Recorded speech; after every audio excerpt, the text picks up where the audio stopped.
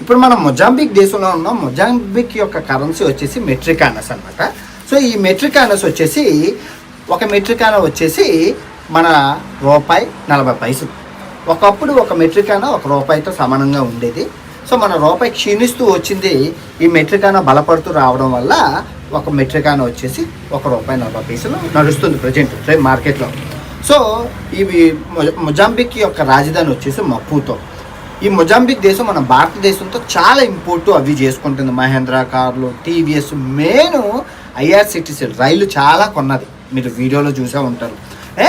ఇంకో విషయం ఏంటంటే ఇది పోర్చుగీస్ సామ్రాజ్యాలు. ఒకప్పుడు ఈ దేశంలో ప్రధాన భాష పోర్చుగీసు. సో పోర్చుగీస్ వాళ్ళు ఆక్రమించారు. ఇండియన్ ఓషన్ పక్కనే ఉంటుంది. ఇది మ్యాటర్. బాగుందా? మొజాంబిక్ యొక్క కరెన్సీ బాగుంది కదా, చాలా బాగుంది, కలర్ఫుల్గా ఉంది కదా. ఈ అవును చెప్పడం వచ్చి ఈ దేశంలో కన్యత్వ భూములు ఎక్కువ ఉన్నాయి. అంటే వర్జిన్ భూములు అంటారు కదా, వాళ్ళని భూములు చాలా ఉన్నాయన్నమాట. ఓకే. అండ్ కోస్టల్ లైన్ చాలా పెద్దది, చాలా బాగుంటుంది.